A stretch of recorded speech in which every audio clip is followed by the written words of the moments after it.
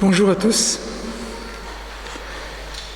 Beaucoup de joie de pouvoir partager ces temps, cette prédication avec vous.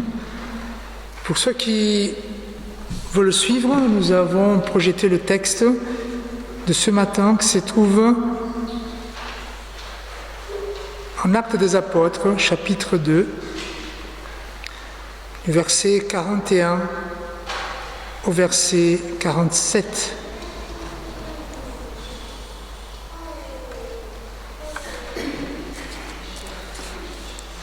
Voici la parole de Dieu. Ceux qui acceptèrent sa parole furent baptisés.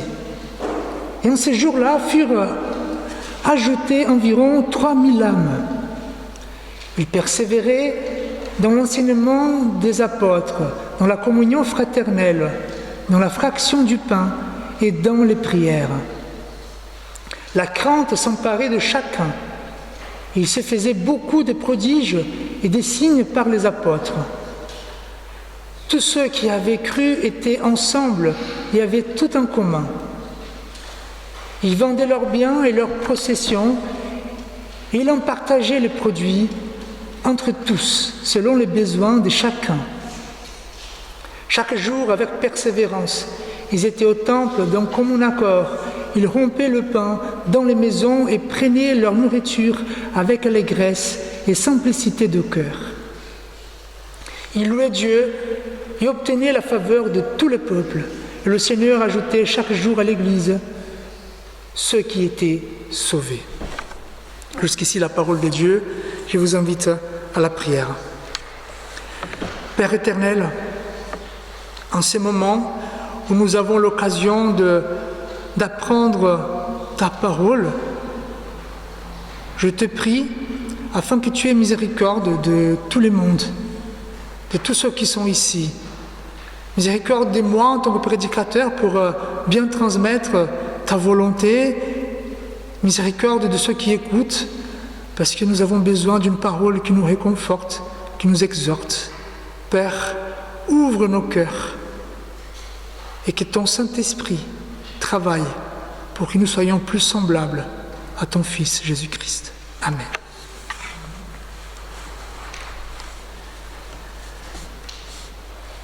En préparant cette prédication, je voulais quand même trouver quelqu'un qui était un exemple dans la vie au niveau de sa foi. Il y a plusieurs personnages qui étaient listés dans ma liste. Finalement, j'ai choisi Saint François d'Assise ou François d'Assise. Si vous connaissez un peu son histoire, c'était quelqu'un qui est né dans un milieu des riches en Italie, quelqu'un qui était connu pour être un fêtard, quelqu'un qui était connu pour être un bon vivant. Sa famille avait des postes, était une famille riche. Et pour prouver qu'il était quelqu'un respectable, il a voulu se battre, il a voulu faire la guerre. Et donc il va se battre, et finalement, il est pris, il est en prison, prisonnier de guerre. Et dans sa prison, il va comprendre que la vie n'est pas que la fête, n'est pas que l'argent, n'est pas que les amitiés éphémères. Et c'est là-bas qu'il va voir l'autre face de la société. Et en revenant, parce qu'il était libéré, son père a payé un rançon, il revient à sa maison et finalement la vie de luxe qu'il avait ne fait plus de sens. Et maintenant il est perdu. Et finalement un jour, quand il était dans un chemin, il a trouvé un homme qui était lépreux. Au premier regard, il voulait s'éloigner, il a eu peur. Mais finalement, poussé par une force qui ne venait pas de lui, il a touché cet homme. Et là, il a compris qu'il avait une autre vocation. Et Saint François d'Assise, finalement, il s'approche de Jésus. De plus en plus, il commence à lui ressembler. Plus il s'approchait de Jésus, plus il devenait doux, humble, détaché et même libre d'une société d'apparence. Et la tradition dit qu'il aurait même reçu les stigmates. Ça veut dire les marques que Jésus a reçues sur la croix. Alors, Saint François d'Assise est connu aujourd'hui pour sa vie, qui était entièrement en accord avec la vie de Jésus-Christ. Évidemment, c'est un exemple pour nous, Saint François d'Assise. Et quand on voit tout ce que l'Église primitive a pu enseigner, c'est normal que les chrétiens se ressemblent à Jésus-Christ. Et quand nous lisons ce texte-là, le texte de l'Église primitive, la mère de toutes les églises d'aujourd'hui, donc si nous sommes là aujourd'hui en France ou aux Pays-Bas, c'est parce qu'une église est née. Et de cette église est sorti plusieurs missionnaires, plusieurs apôtres même, plusieurs disciples. Et nous pouvons savoir ce qu'il faisait. On peut, parce que Luc, un disciple de Jésus, qui n'était pas apôtre, mais qui a écrit le début de l'Église, il va nous montrer que cette Église n'avait pas simplement Jésus, un peu de Jésus dans leur vie, dans sa vie, mais qu'il avait Jésus au centre. Cette Église était entièrement passionnée par Jésus. Pas juste un peu de Jésus pour parfumer le culte ou le décorer, mais une présence débordante, copieuse de dimanche à dimanche, dans chaque prière, chaque repas, chaque souffle. Jésus n'était pas un invité dans cette Église. Jésus était l'Église. Pour comprendre le texte que nous venons de lire, je vous donne un peu du contexte de ce passage écrit par Luc. Nous avons ici un événement rare. Rare à cette époque. Aujourd'hui, on sait qu'avec des prédicateurs de foule, il peut avoir lieu, mais là, il y a Pierre, déjà un apôtre, déjà rempli du Saint-Esprit, parce que la Pentecôte vient de se passer, qui va prêcher à une multitude. Il va prêcher la repentance, il va prêcher la mort et la résurrection de Jésus-Christ pour le salut. Et d'une façon miraculeuse, par la grâce de Dieu, il y a à peu près 3000 personnes qui s'est converties. Des gens qui ont reçu fidèlement la parole de Dieu. Alors il y a beaucoup de critiques qui vont dire voilà, c'était pas possible. Déjà, c'est une histoire, c'est pas vrai, parce que à cette époque, 3000 personnes, c'était impossible. Déjà parce que l'Empire romain n'allait pas permettre un rassemblement de 3000 juifs. C'est pas possible. C'est pas possible de baptiser 3000 personnes, il n'y avait pas de place. Après, il y a d'autres qui vont dire non, c'est normal. Pourquoi ? Parce que c'est l'époque des festivités à Jérusalem, où venaient beaucoup de Juifs qui étaient éparpillés dans le monde, venaient se rassembler à Jérusalem. On parle même de réservoirs d'eau pour la purification, que c'était normal à l'époque. Enfin, c'est pas le plus important la quantité, parce que même si c'était 3000, peut-être il serait 3005, je ne sais pas. Mais Luc ici, il veut dire plusieurs personnes se sont converties. Plusieurs personnes qui avaient des cultures différentes. Plusieurs personnes qui parlaient des langues différentes. Plusieurs personnes qui n'avaient pas les mêmes habitudes au niveau de la foi. Et donc, ces gens-là se sont mis ensemble. Et à partir de ce moment, la première église commence à fonctionner. La machine est lancée. Et voyons ce que nous dit le texte par rapport à ce qu'il faisait. Luc rapporte comment vivaient les nouveaux convertis avec les apôtres. Il va énumérer 4 activités auxquelles, évidemment, ces gens-là participaient. D'abord, il va dire qu'ils persévéraient dans l'enseignement des apôtres. Le mot « persévérer » ici, ce n'est pas simplement comme nous pouvons comprendre aujourd'hui, mais le sens qu'on peut employer ici, c'est de continuer à faire quelque chose avec beaucoup d'efforts, malgré les difficultés éventuelles. Ça veut dire, ces groupes-là, pour être ensemble, n'était pas facile, n'a pas été facile. Pourquoi? Parce qu'ils venaient de loin, ils étaient des étrangers qui n'avaient pas leur maison là-bas. Ils ont voulu rester ensemble, c'était difficile, mais ils persévéraient. Pourquoi ils persévéraient? Parce que c'était un groupe qui voulait déménager, c'est une colonisation? Non. Ils persévéraient dans les enseignements des apôtres. Ici, la structure de l'Église, déjà, on peut former. Les apôtres n'étaient pas seulement appelés pour témoigner ce qu'ils ont vécu, ce qu'ils ont vu. Ils étaient appelés pour enseigner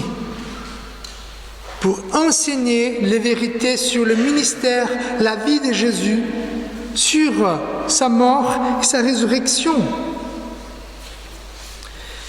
Ils étaient responsables de cette tradition orale. Pourquoi la tradition? Parce qu'à cette époque-là, les Nouveaux Testaments n'étaient pas écrits encore. Ça va se faire à la fin du 1er siècle. Même les évangiles n'étaient pas écrits à ces moments. Donc eux, ces apôtres, comme nous venons de confesser, nous sommes une église apostolique. Nous sommes fondés sur les enseignements des apôtres. Et voilà, ces apôtres qui enseignaient la vérité de Jésus-Christ. Évidemment, ces enseignements qui vont produire les évangiles, mais basés sur ces enseignements que nous aurons aussi les lettres des apôtres, par exemple les lettres de l'apôtre Paul. Le texte nous dit aussi qu'ils persévéraient dans la communion fraternelle. La communion, c'est quoi? C'est cette communion qui désigne un partage généreux. C'est pas simplement la communion du genre nous sommes ensemble. C'est ici le mot une société. Et en fait, Luc ne parle pas simplement d'une société d'un groupe, mais plutôt une société unie. Une société qui partage des choses. Une société où les gens partagent les bénédictions spirituelles et des bénédictions matérielles que le texte va décrire à la fin, là, quand il dit « les gens vendaient ce qu'ils avaient pour mettre en commun selon les besoins de chacun ». Donc une communion, ils persévéraient. Et évidemment, quand il parle persévérer, cela n'était pas facile. La communion n'est pas facile, mais ils persévéraient. Un autre élément mentionné par Luc, il persévérait dans la fraction du pain. Alors ici, le texte, la plupart des commentateurs sont d'accord. Ils vont dire que, des spécialistes, ils vont dire que la fraction du pain, ça veut dire la Sainte Seine. Dans ce contexte-là, ces gens-là célébraient la Sainte Seine. Ou, si nous sommes dans une tradition plutôt catholique, l'Eucharistie, le partage du pain. C'est intéressant parce que Jésus, il vient d'endurer la croix. Ça faisait quelques jours avant. Et comme Jésus, il a ordonné, faites ceci en mémoire de moi, dès que l'Église, elle s'élance, dès que l'Église, elle existe, il y a la Sainte Seine et l'Eucharistie.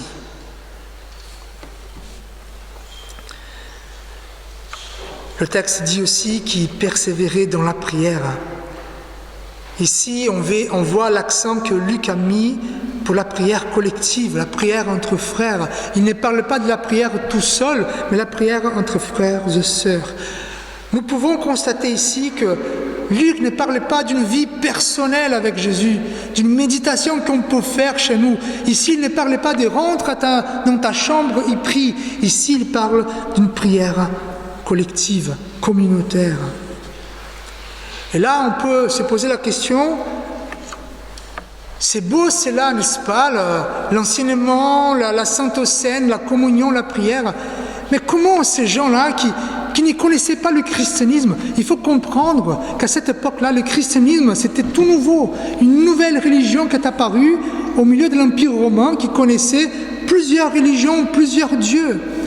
Et cette religion qui était monothéiste, ça veut dire un seul Dieu, Pourquoi ces gens persévéraient? Pourquoi?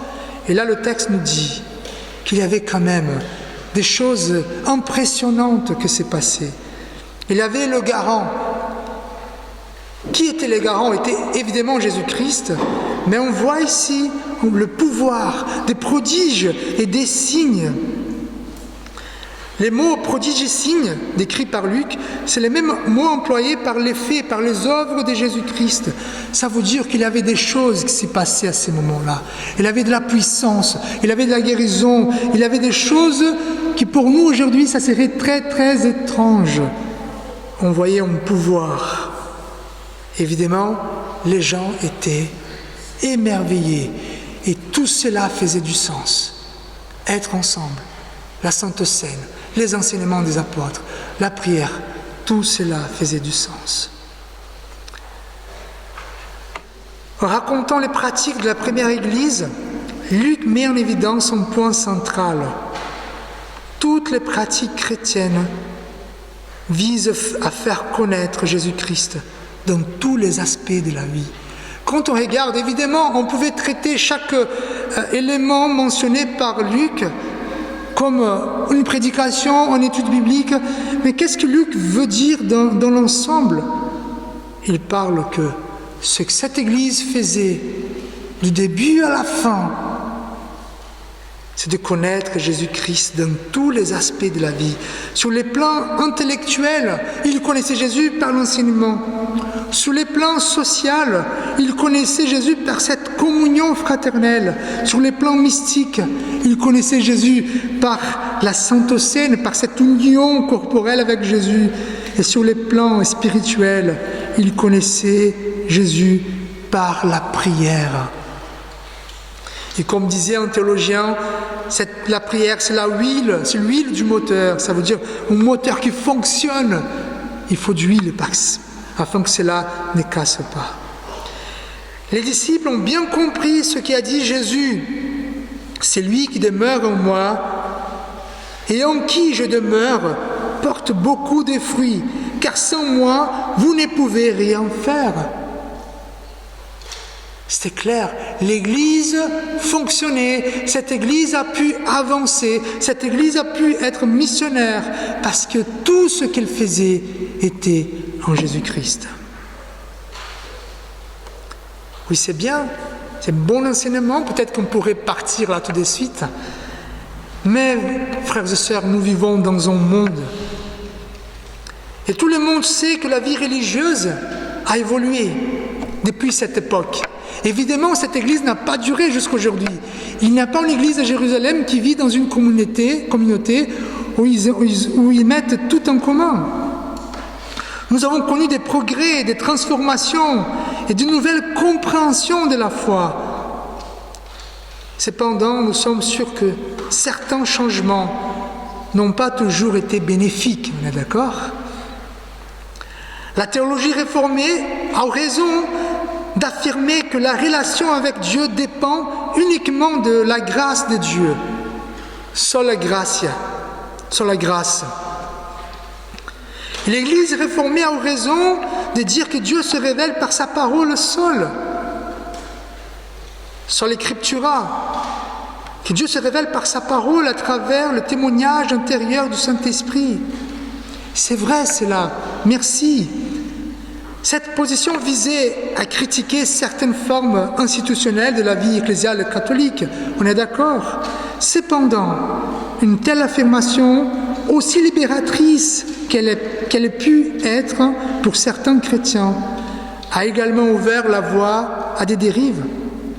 En effet, certains ont poussé cette pensée à l'extrême, allant jusqu'à rejeter bon nombre de pratiques historiques du christianisme, qu'elles soient catholiques ou protestantes.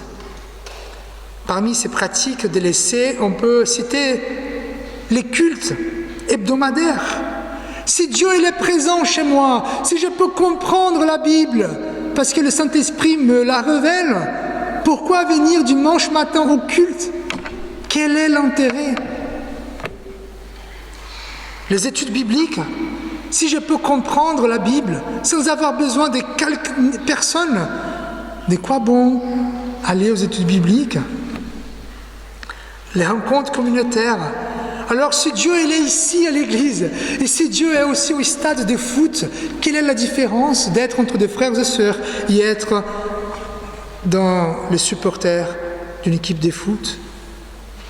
On a abandonné le catéchisme. De quoi bon enseigner les enfants s'ils doivent être libres pour croire? Même on peut parler de la Sainte Seine. Vous savez, à cette époque, la Sainte Seine elle était célébrée tous les jours, puis une fois par semaine. Et aujourd'hui, on peut même trouver des églises qui la font une fois par an. De quoi bon? Par ailleurs, d'autres caractéristiques propres à notre époque poussent de nombreux chrétiens à se renfermer sur soi et se détourner des rencontres communautaires. Déjà, nous sommes détachés de Dieu, maintenant on se détache de la communauté. Par exemple, l'individualisme. Nous sommes dans une époque où l'individualisme règne. D'une façon, ça c'est bien. Je ne suis pas tout le monde, mais quand même, quand je cherche mon expérience à tout prix, ce n'est pas une bonne affaire. Aujourd'hui, il y a cette recherche d'authenticité, ce qui est bien aussi, être authentique. Mais cela fait que je suis de plus en plus éloigné de mes frères et sœurs.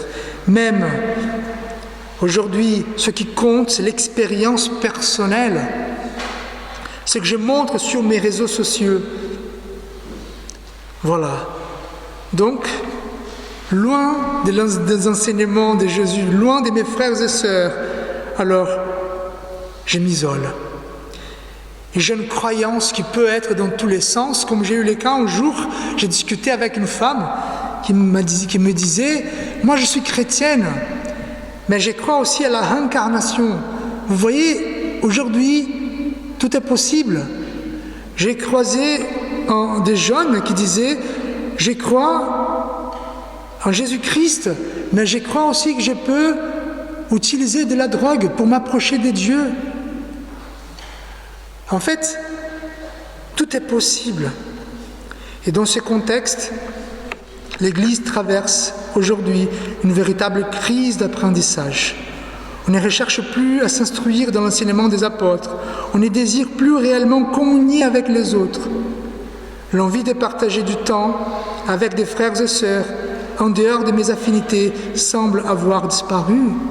Et combien de fois, aujourd'hui nous avons l'église remplie, il y a des jeunes, voilà, mais combien de fois j'ai entendu des jeunes dire « Je ne viens pas à l'église du Mas d'Asile parce qu'il n'y a pas de jeunes. » Alors, qui a dit que l'église doit avoir des jeunes ou qui des jeunes?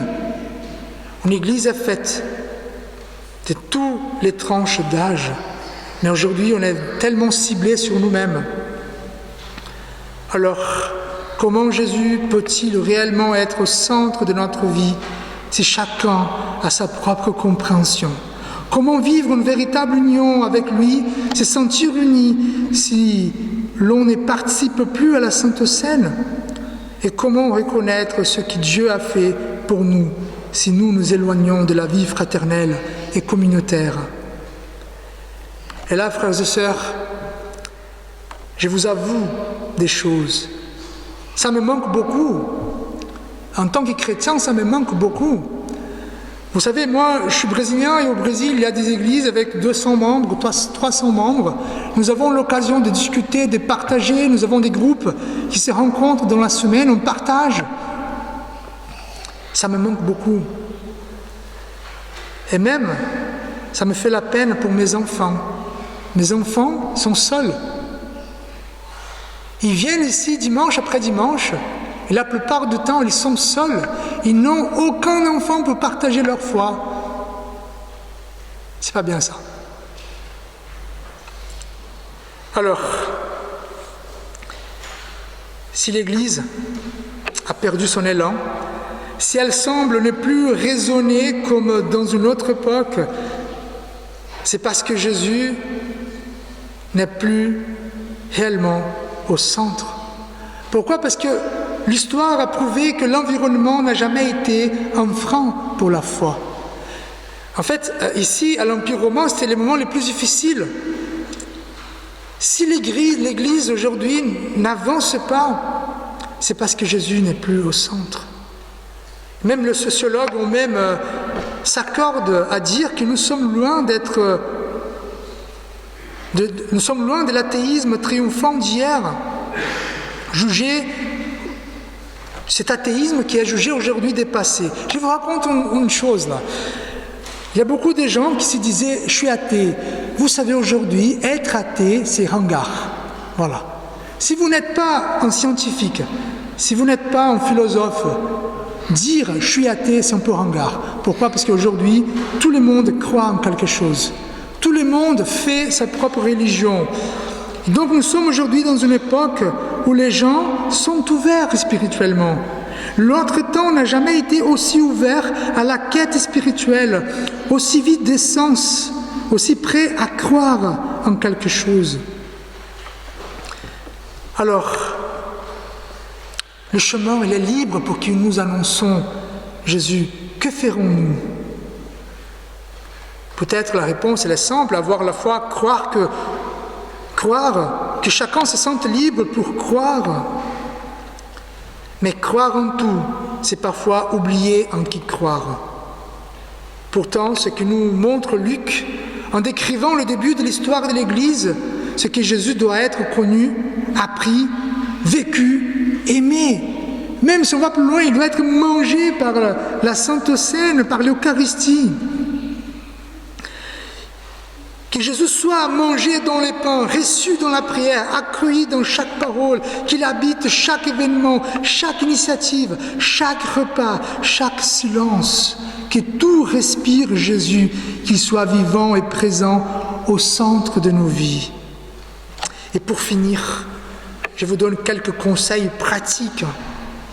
D'abord, pour nous en tant qu'Église et pour vous, veillez pour une théologie christocentrique de l'Église.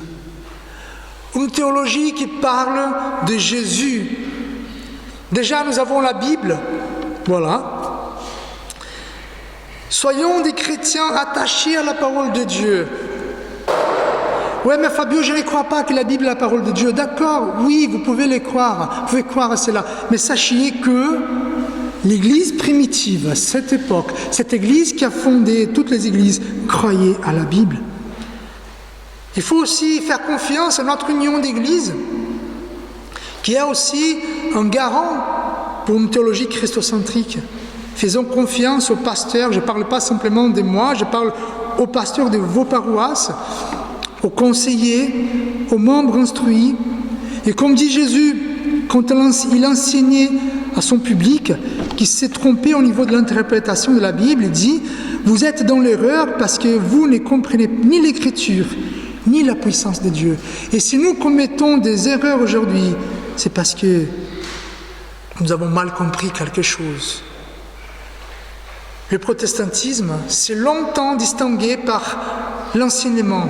Il mettait en valeur l'enseignement, il cherchait à éclairer les esprits, à faire briller la vérité de l'Évangile.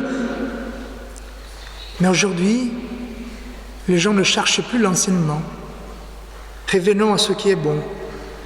Mais un autre conseil pratique, c'est un effort personnel. Si le monde m'éloigne de Dieu, si le monde m'éloigne de l'Église, m'éloigne de rassemblement avec des frères et sœurs, si le monde m'éloigne d'un apprentissage, faisons un effort. Essayons-nous d'échanger. Et comme dit l'écrivain d'Hébreux, dans la lettre aux Hébreux, il dit « N'abandonnons pas notre assemblée, comme c'est la coutume de quelques-uns, mais exhortons-nous réciproquement, et cela d'autant plus que vous voyez s'approcher les jours. » Et malheureusement, frères et sœurs, on voit qu'il y a beaucoup de ceux qui croient à la fin du monde, là, et qui s'éloignent, et qui veulent vivre leur vie chrétienne dans leur maison. Alors je veux conclure. Nous pouvons dire que ce texte-là de Luc nous rappelle que selon le témoignage du Nouveau Testament, le rassemblement des chrétiens était principalement centré sur Jésus-Christ. Et ma prière pour notre Église ici au Mas d'Asile, Riobache, camarades, que nous soyons centrés en Jésus. Et ma prière aussi, c'est que pour vous, dans votre foyer, dans votre vie personnelle, votre vie soit centrée sur Jésus-Christ. Amen. Justice, comme la lumière, et ton droit comme le soleil à son midi. Que l'amour de Dieu notre Père, la grâce de Jésus-Christ notre Seigneur, la consolation du Saint-Esprit soit avec nous tous, aujourd'hui et à jamais. Amen.